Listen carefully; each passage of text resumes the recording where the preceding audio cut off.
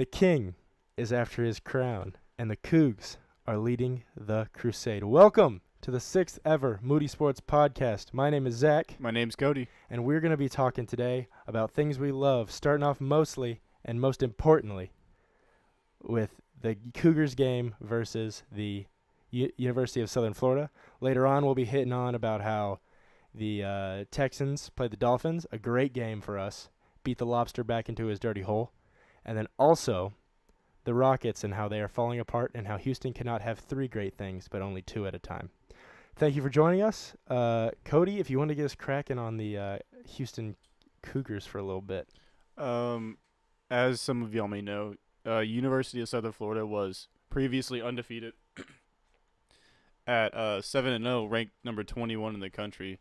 And in my opinion, U of H just blew them out of the water. It's not an opinion, dude. They killed them. Yeah, a 21-point game. I mean, on like the stats or so, I mean they had the USF had a lot of passing yards and rushing yards, but overall, I think the U of H just dominated them the entire game, and more specifically, just De'Aaron King with his he's gonna 7 total touchdowns. We're gonna talk more about him as we get a little bit further into the U of H game and our MVPs and stuff like that. Who I think we're both gonna decide who the MVP is right now. 1, 2, 3. De'Aaron King. But yeah, the great game he had, but also just across all fronts. Well, it started off in the first half a little slow, even though it never seemed out of control. It just seemed like the offense stalled out for a little bit, but then the second half, alleviated those worries real fast. On the De'Aaron King thing, before we move on and talk about something else, because, let's be honest. If we're doing it by worth, he deserves most of our time. But, we got more to talk about in the U of H game. Little nitpicky things, because really we'll be looking at small details. But, he was the game. He will be in the nightmares of every USF fan, much in the way that Rob Gray is in the nightmares of every Wichita State fan. Cody, if you want to just pop a little bit about the stat line for the Cougs real quick. University of Houston, I had 682 yards of total offense.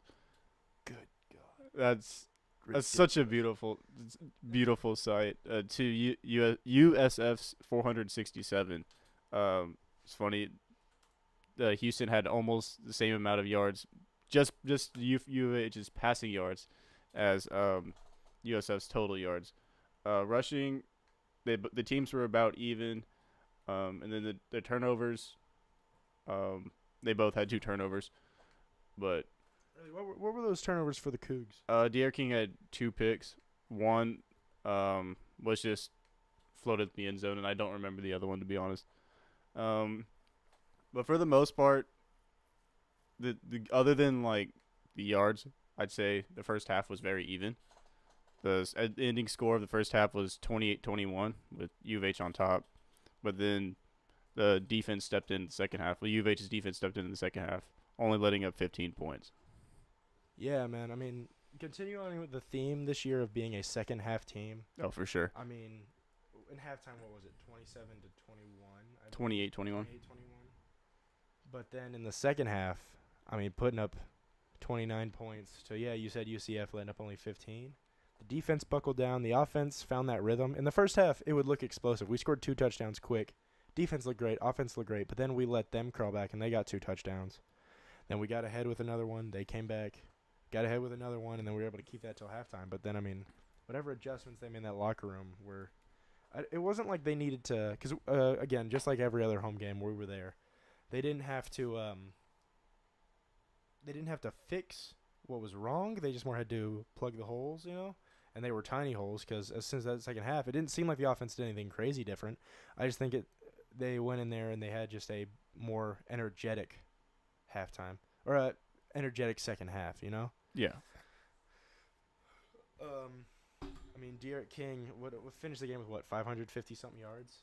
Passing, he had. Yeah, I'm talking total, but yeah, passing he had 4. It was ridiculous. Passing he had 419, and then rushing he had 132. So yeah. He finished with around 550 yards of total offense. 7 touchdowns too. Yeah. Hold up. 7 touchdowns. Seven, yeah. 2 rushing touchdowns. One of them being a Heisman-worthy look. I mean, like if you want your poster, if you're talking about basketball, we're talking about a poster dunk. This was his poster run.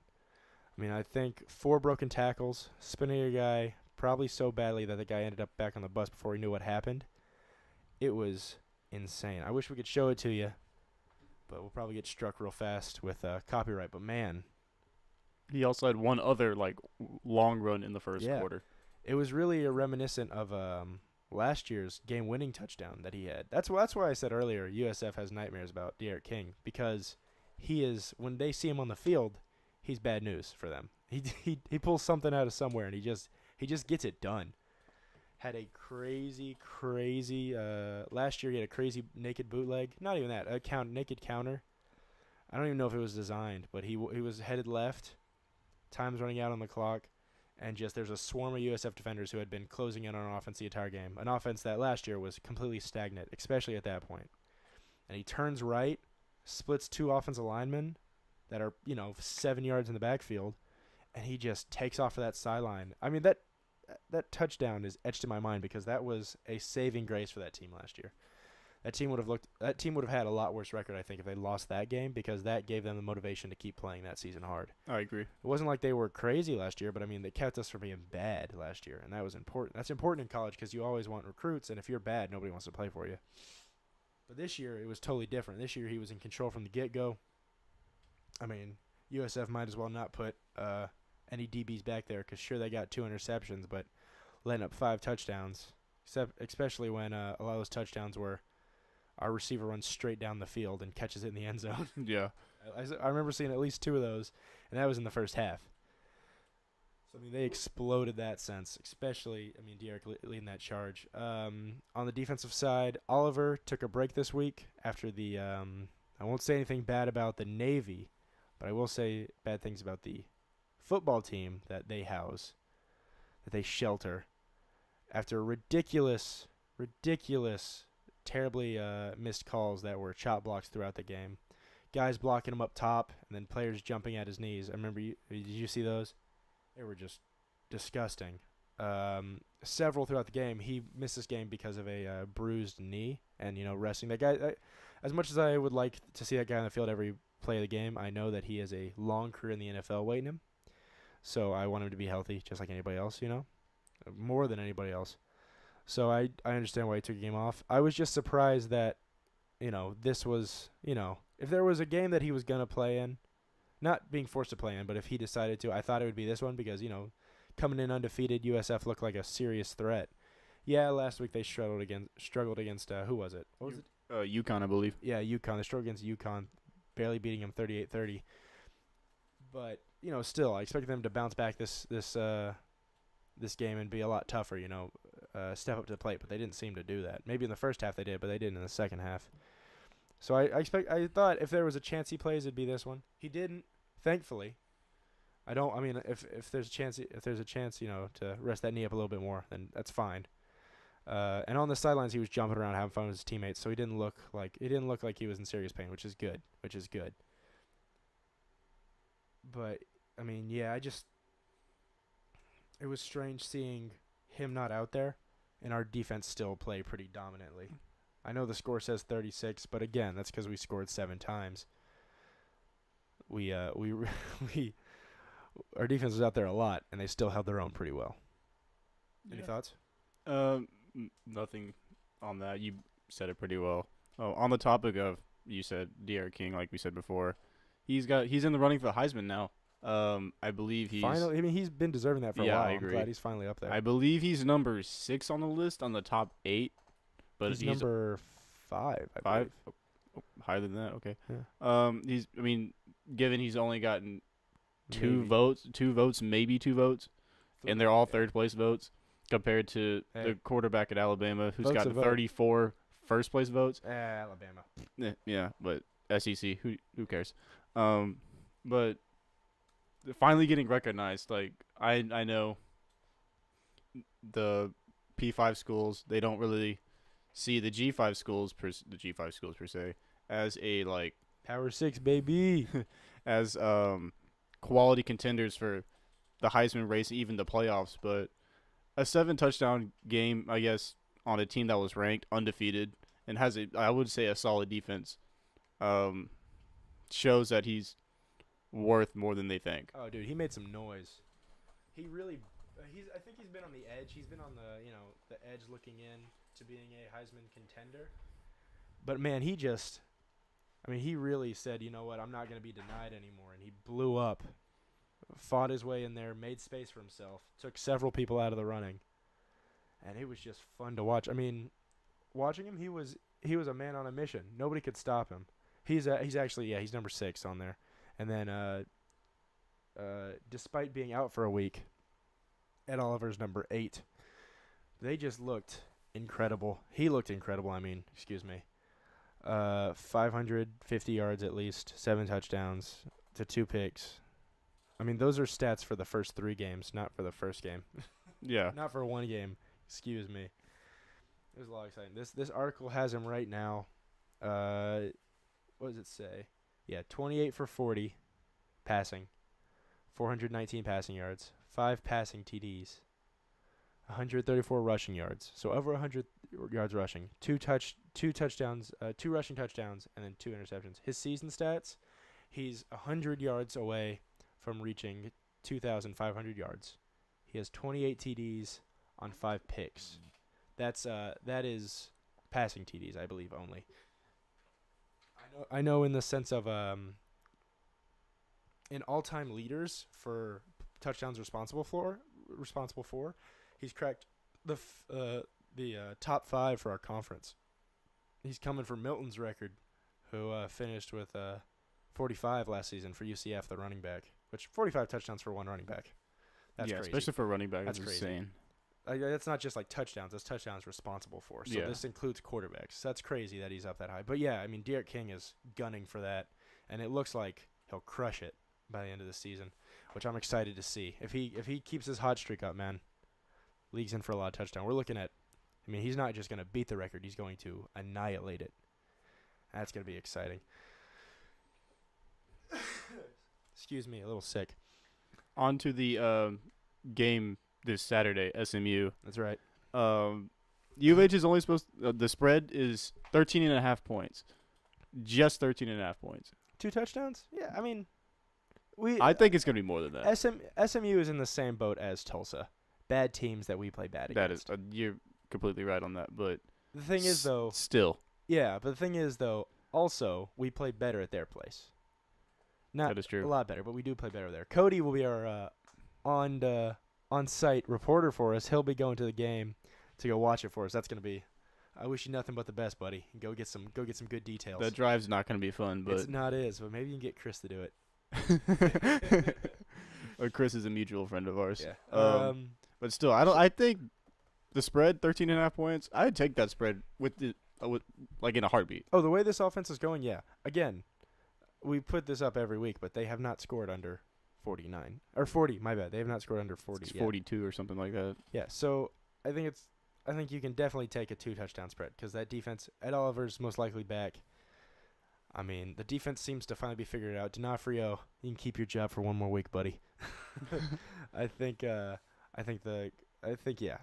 mean, I'd take that bet for sure. I might actually take that bet for sure. Really? No, I mean maybe we'll see. Yeah, SMU, not really great at anything this year.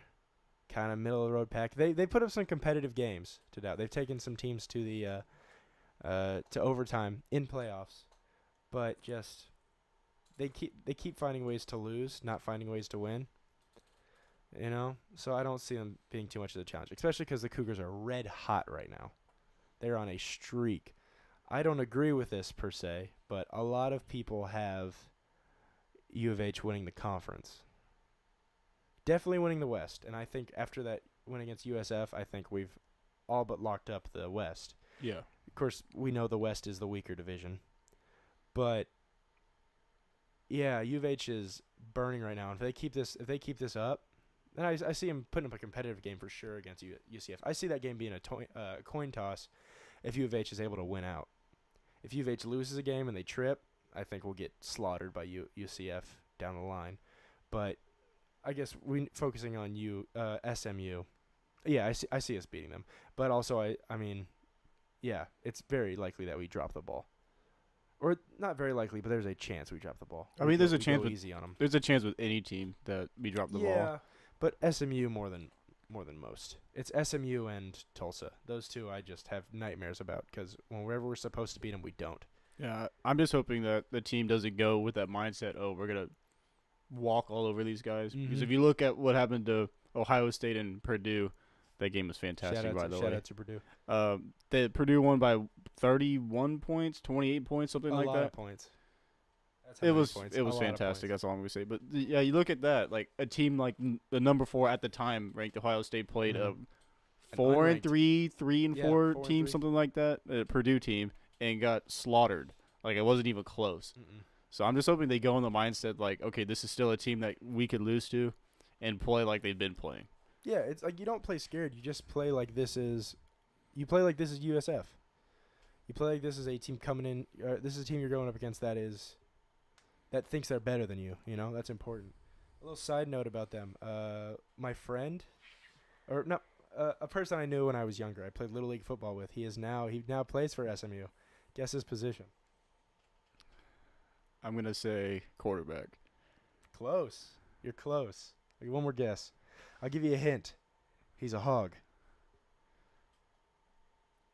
I don't know. A fullback maybe? I'm not sure. A hog, man. No, he's an offensive lineman. He's the center. Okay, yeah. I've never heard the term So guess hog. who he'll be going against. Oh. Yeah. Ooh. Oh, man. Thoughts and prayers. Ed Oliver. Send your thoughts and prayers. Ed is going to be coming off of a week of rest. He'll be more energetic than he ever is, and you already know he's a freak every time he steps onto the field with energy and passion. So I believe his name is Holden. I can't remember his last name, but my buddy Holden, we played KYF football. Shout out to the KYFL Cowboys, third place every year for 6 years. Yeah, so that'll be fun to watch that little matchup. Keep an eye on him for me. He's pretty good in his own right, but also it's Ed Oliver. It's Ed Oliver, exactly. All right, I don't think we need to discuss MVPs because I think we've both said it enough. Yeah, De'Aaron King runs away with it. Clear MVP of the game. I guess one thing I say before we move on is I'd like to take a note about Applewhite.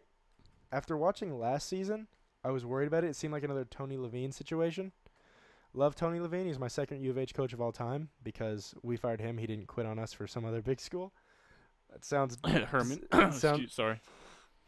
Sumlin, Riles, everybody. But yeah, besides him, I'm really liking Applewhite. I trust in him. I think even if things go the way of the devil and everything goes terrible, I still think this guy deserves another year or two. And that's saying if we just lose out the rest of the season, which isn't gonna happen. I highly doubt it. Isn't gonna happen. So, I'm excited about what he's doing here, and I'm really thinking – because he's said before – I mean, a lot of people say this, but he's said before, he's happy with where he's at. He has no ambition to grow bigger. He don't want to go anywhere else. He wants to be here in Houston. We've heard it before, sure, but it's always nice. It's always reassuring. Especially this feels different because he is more of the homebody. He doesn't have that coach speak. He reminds me more of in the sense of like a Mike Leach. Like he's there for football. He doesn't care about the theatrics. Just kind of sits there, talks, says, in an interview what he'd say to a friend. It's what it seems like. It's what comes off as, instead of like a professional, Yeah. So, yeah, I mean, just on that low note, just a little thing I put on the side. I really am excited about him. Oh, and one more thing. Just one more thing about the USF game before we move on. USF gave up 57 points to U of H. That is the most points USF has ever let up in their history of a football program. That's awesome. U of H's offense, obviously, on all cylinders. All right, moving on. We'll talk about the Texans for a little bit and their game against the Dolphins and how I continue to be proven wronged by Nuke Hopkins every week and how they just have won, 5 in a row now? Yes, 5 in a row. And even against good teams. That's the crazy part.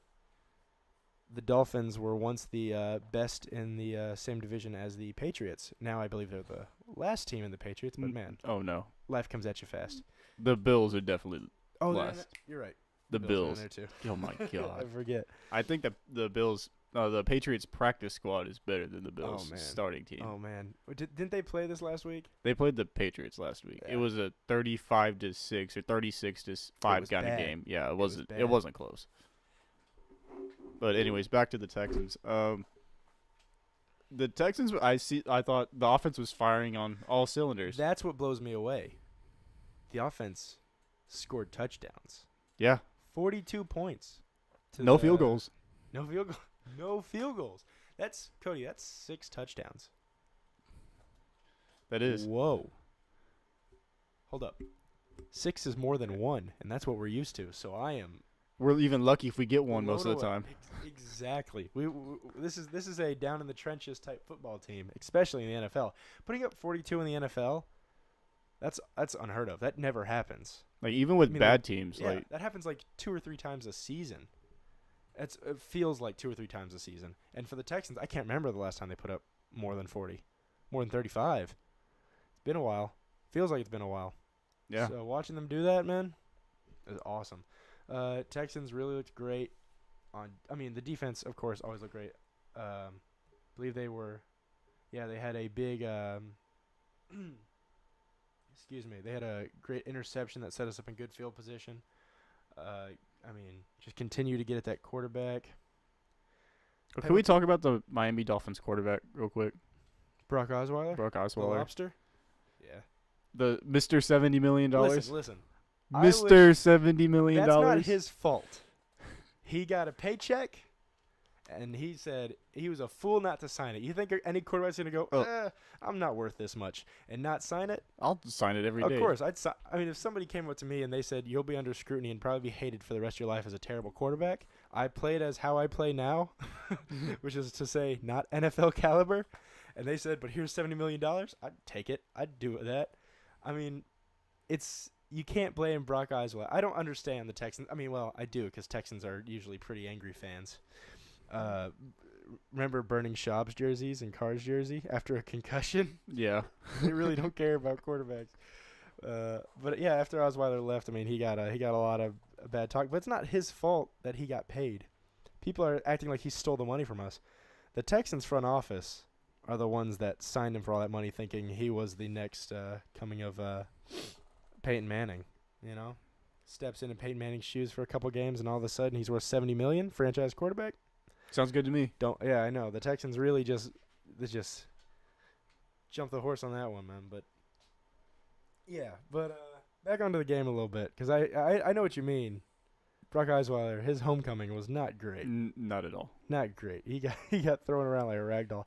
Even though he did have some good good passing yards, but still, Texans really he had some good passes, but the Texans didn't let many of them in touchdowns. What did you see? Did you watch the game? I watched most of it. Yeah, I wasn't able to keep up with it. I can't remember what I was doing, but it was more important than watching a Texans versus a Dolphins game. But I did see that across the board we looked better. Oh yeah, we scored 4 second half touchdowns. 8 touchdowns. Goodness, Yeah. it's more points than we had. That was crazy. Yardage wise, we had honestly the yards were about the same. We had 50 more yards than they did. Yeah. But I think the Yeah. difference in this game was though they drove down the field about the same as us, our defense stepped up and basically held their own. It was kind of a bend don't break kind of thing, but they had the turnover I should say. Yeah. As well. So I think that's what's really improved in the last few games is the defense. Yeah, what I really liked and what I saw as a great improvement was that in the red zone, we went 4 for 4 with touchdowns, not field goals. The Texans usually when they get in that red zone, even if it's great field position, 2 weeks ago we had a interception or a fumble recovery inside the 30, then we ended up kicking a field goal. You hate to see that, but the Texans really did a good job of when they got into scoring position, they followed through. 100%, 4 on 4, those are great numbers. Putting up 6 touchdowns and 4 of them come from inside the 20. The Texans don't do that. So it was really great to watch. I believe there was the rollout that Watson had, floated right in the end zone, wide open touchdown. He had 2 of those. It just looked good, Really enjoyed watching. watching the highlights and seeing us just click on all cylinders, there wasn't a weakness. This team looks like a team that can win in the playoffs. I agree. Against what I've said a million times, this team just continues to prove me wrong, and I'm happy about it, that they seem more and more like competitors. Now, will I say we are Super Bowl competitors right now? Heck yeah. That's what you say. What I say is no. I see them as playoff contenders for sure. And I think they have the potential to beat anybody right now. But I feel like, do they have the potential to dominate and go into a game and secure a win? No. But I mean, by the way they're going and how I'm talking, in 2 weeks they'll be world beaters and they'll destroy everything that comes across their path. So, ignore what I say. I'm as we said at the very beginning of this, when we created this podcast, we are not experts, not even close. Oh, yeah, not even close. And I think it shows in how wrongly I predicted the Texans. So, you don't think we should tank anymore? Bringing up tanking. Of course not. 5-0 in the last 5 games. I've even given up on the fact that I think we're going to be 8-8. I think we're going to be better than that. I can't believe I'm saying that. I'm not going to say that we'll be 10-6, because if I say that, then it won't happen, because the Texans love to prove me wrong. But I will say this. We won't be 8-8. On either side of the fence, we'll see. But, man, it's just fun. And who they play next week? Do you have that up? I believe it's Jacksonville. Playing the Jags again? I could be wrong. Oh, no, they play Denver next week. Yeah, I was going to say they play Denver next week. Okay, so going against Case Keenum, Houston's finest, who has not had the greatest season this year. But the thing is, it's not like he's played bad either. If I'm mistaken, I believe he's leading the league in interceptions. If I'm mistaken, okay, yeah, Denver's has a losing record. Denver's bad, yeah. Denver is really bad. I'm following a guy here on YouTube called That's Good Sports. He's a NFL kind of guy, but he mostly focuses on the Bronco. He's a great follow. I recommend go checking him out. That's Good Sports. But yeah, he's been very critical of Case Keenum, and as much as I hate to say it, for good reason, Case Keenum has been pretty bad this year, throwing a lot of picks, losing it in crunch time. Again, though, in the same light as Osweiler, he went and got that paper, man. He went and got the paycheck. Paid, dude. Oh yeah, so I'm happy for him in that sense. And I still don't think he's a bad quarterback. He's a good quarterback, but he's not a great quarterback. I agree. I would say he would be a little above average, average in NFL quarterback. I think the thing is, I think he can get back to that state, but I think he has to be able to sit down on one team and develop, and that's not going to happen at this rate. If he keeps playing like this, if he's bad for 1 year, good for another, and then a team will trade him right there, just like Minnesota did. He's going to be bad again and good for a year. You have to be consistent, and granted, it's hard to do that when you're always getting moved around, but also, great quarterbacks find a way. So we'll see. He's still got a little bit of time left in his career. Yeah, the Texans are playing the. Sorry, if y'all hear that knocking noise, I apologize. Somebody's checking on doors. You might have to check that in a little bit, Cody. Oh, it's the room checks. Okay. Yeah. But with with the Texans playing the Broncos, I expect a victory. I do too. I would be surprised if they don't get a victory. This is Broncos are not good. What are they? They only have 2 wins, 3 wins, maybe. 3 wins. 3 wins. Yeah, they are bad. 3-5 as opposed to the Texans. I was about to say Rockets. The Texans 5-3. Yeah, I expect nothing short of just domination. Maybe see another 42-point game if we're lucky, huh? Maybe. Is it at Denver or is it? I think it's here. I could be wrong though. Man, then yeah, goodness. I see a lot of. It's at Denver. It's at Denver. Okay. Then yeah, if you're watching that game and the Texans go up, I wouldn't be surprised if you hear booing coming from the crowds at their own team. Yeah. One thing though that is going to be a little frightening. Our offensive line is subpar at best right now, and then with the pass rusher of, God, I can't even think of his name. Miller, I can't think of his first name. Who, for Denver or for us? Denver, 58. Yeah, Denver's of Von Miller. Von Miller, yeah. Denver's front seven, including, I can't remember all their names, but I know like Chubb, Von Miller, a few other. I can't remember their names. I hate that I can't remember their names. They are a good front seven.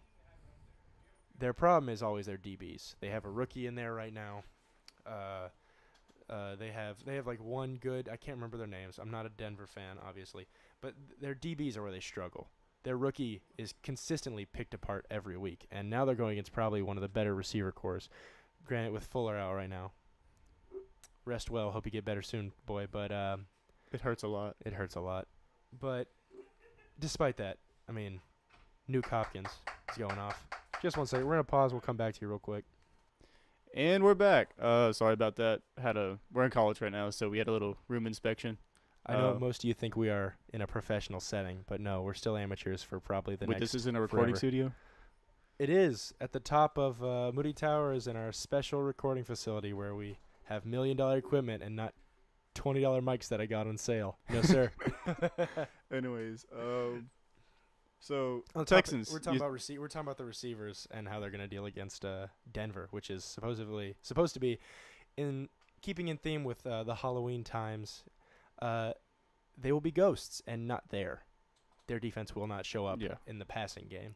But the thing that scares me though, like Will Fuller's job, at least in the Texans offense, is to get rid of what they call the umbrella, the deep safeties. Yeah, his job is to be fast. fast. Because he is one of the fastest. I would say one of the fastest in the league. Oh, no doubt. You have to play off him a little bit. If not, Mhm. you're just gonna get toasted. Mm-hmm. And so, any sort of deep pattern, he's gonna take, if they're playing man, a corner and a safety. So He that gets rid of leaves leaves off the entire like from 10 to 20 yards off the line of scrimmage, just open. Yeah, and that's what yeah. the Texans thrive off of: check downs and 10-yard dig routes. So I don't see anyone being that fast, being that person to get rid of the umbrella. Yeah. So in the passing game, I think the Texans might struggle a little bit. This is my hot take. They might struggle a little bit. Oh, your hot take is they might be a little bit worse than A usual. little bit worse than usual. Cody, controversial. I mean, you're saying like the DBs are just going to get toasted the entire game. They're not good. They are not good. I know they're not good, but I don't think they're going to do as bad as you think. I think it's actually going to be a somewhat struggle. Texans are going to find a way to make this competitive. Yeah, it's the Texans. And then the Denver Broncos are going to find a way to lose it. So it'll be tough watching two teams try to fight to lose the game. Whichever one shoots themselves in the foot more is going to lose the game. Yeah, which I really see being the Denver Broncos, just because if it comes down to it, in the NFL and two teams that enjoy passing the ball a bunch, it comes down to whose quarterback is better. And I hate to say it, but it's Deshaun Watson. I don't hate to say it because I love Deshaun Watson too. You know, it's Case Keenum. I mean, Case Keenum's taking the fall. He'll always have Deshaun a Watson. special place in my heart. He's always, hey Case, if you're out there, if you want to come on the show someday, come say hi. Follow me on Twitter. Follow us at Twitter at Moody Sports. There's a little plug. Whoop. Segue. Whoop, whoop. All right.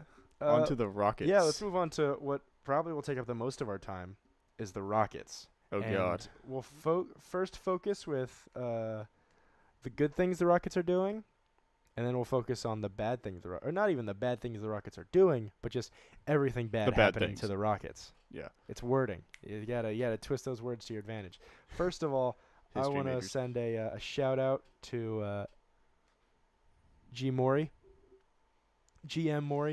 and how he is just in Morey utterly, we trust. He's strengthening his own position on the team despite a 1-4 record, while also probably ruining a coach's career on another side.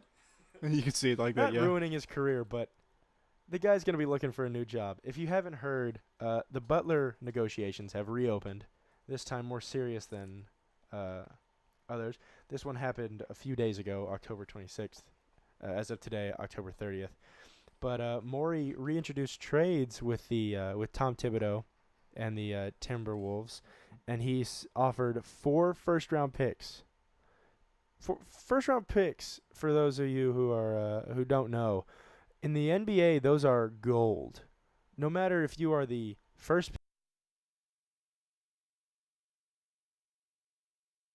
I mean, that's first dibs at one of the top 30 players in the NCAA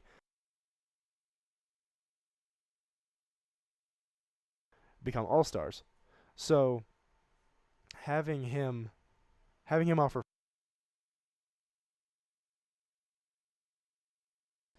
crazy. It seems like what the Nets did a while back with the Celtics. They gave away all their. And if you aren't observant and you see these two scenarios as the same thing, it's obviously going to.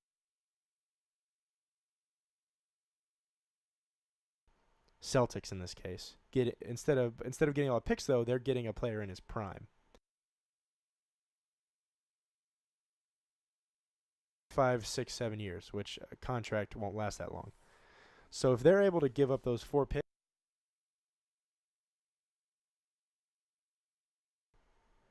I think that's a good deal. And the best part about this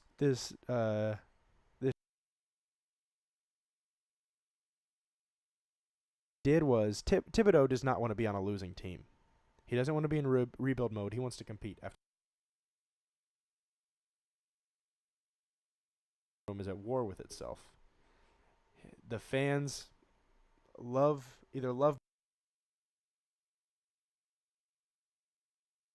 hate Butler.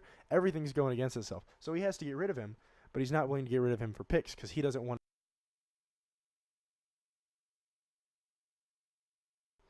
The front office wants to be rebuilt. The GM, the owner, everybody else not accepting this trade deal. The Timberwolves have actually taken him out of negotiations right now, but what it does do is it gets Morey talking with people that he thinks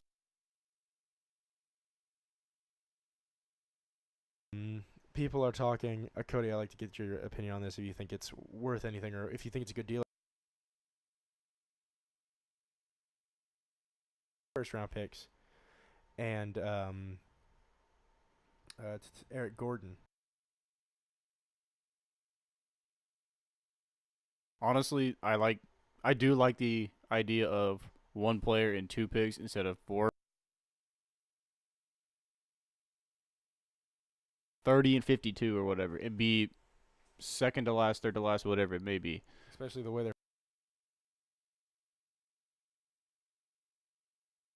And one of those picks happens to be an absolute fantastic college player.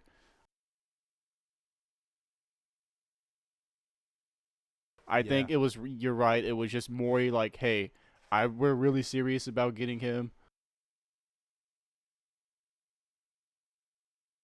We know that he doesn't necessarily want to be on the team. Jimmy Butler doesn't want to be on the team. Oh, he does not want to be on the more of like attention getter. It was more like, hey, we're really interested. Now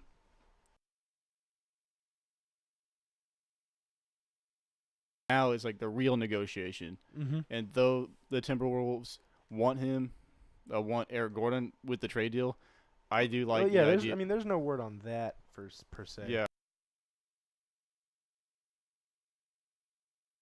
If Eric Gordon's not included. That's what I've read. Yeah. Yeah. So, yeah. Actually, they say Eric Gordon is mandatory in the trade, but the Rockets also, if he's mandatory, they're not. Is the Heat, which is Butler's preferred team, but also he thinks he's gonna lose, and he doesn't want to be stuck there. So I think if he goes to the Heat, good for him, but I don't think anything really.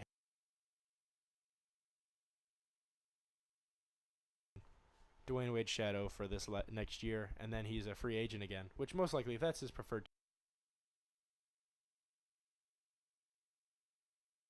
seems to bring locker trouble with him. And I know, I'm speaking as a fan here. I'm sure it doesn't go well. Yeah. 'Cause, like, back on the opinion thing, I do. the Rockets should, like you said, include the first two first round picks instead of the 4. Mm-hmm. Because they're wanting Eric Gordon to replace him. If it wasn't, then maybe a viable solution would be the 3 first round picks instead of the 4. Because 4 is insane. That's an insane amount. Like that's there's no rebuilding. After I don't think that. it was an honest trade because I think Morey knew there was no way I Thibodeau agree would with accept that. It was more like I said, Getting attention Thibodeau out of getter. the way. Yeah. Yeah. So to conclude, like I think the trade with Eric Gordon 2 first round picks is the more viable solution. Yeah, especially because the Rockets are really betting on moving Eric Gordon quickly because the way his season's gone so far, he has not looked good. But I think they believe, and teams that are, or the Timberwolves that are trading in this decision, if you trade him quick enough now, then there's still the idea that hopefully he gets out of this slump and we get a steal out of this, Because Eric Gordon, former 6th man of the year, he is a great shooter. He's always been able to step up in the Rockets lineup. It just hasn't shown so far this year. But the hope is for the Timberwolves that he does step up once he moves. A little change of scenery, change of pace, give it a different role. He'd be more important in their offense over there, especially with a dominant center that they have over there, an offensive center. Capella is a great center, but he is not the offensive focus like Karl Anthony Towns is. So having Karl Anthony Towns draw in most of the pressure, you get a lot more shots. Whereas in Houston, you are known as one of the shooters.